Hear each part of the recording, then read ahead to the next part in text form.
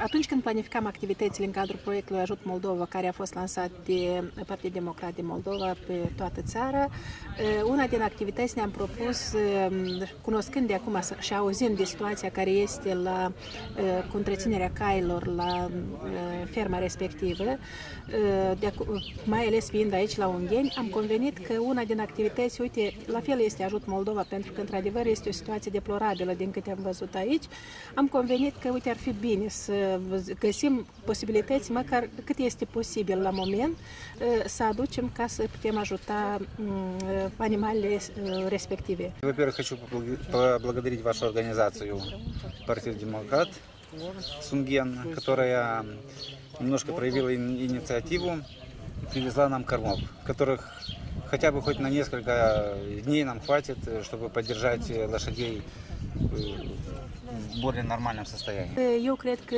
pe parcurs vom mai identifica posibilități să mai venim aici, să contribuim cu ceea ce va fi posibil și chiar m-aș adresa către toți cetățenii noștri care cu ce poate, pentru că la sigur s-ar găsi posibilități, să zicem, de a ajuta, de a susține în situația asta dificilă, de a întreține animalele date.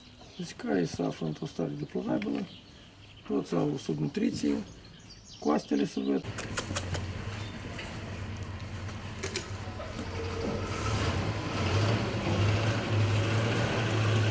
Activitățile pe care le vom desfășura vor fi nu numai aici, în centrul raional, ele vor fi în fiecare localitate. Colegii noștri au planificate diferite activități, inclusiv cei ce țin de salubrizare, cei ce țin de, zicem, suntem în preajma Sfintelor Sărbători de Paște, sunt morminte care nu are cine să le îngrijească, chiar niște curți ale unor biserici. Sunt biserici care nu este atât de bogați cei ienuriași care vin la biserică și ar trebui de ajutat.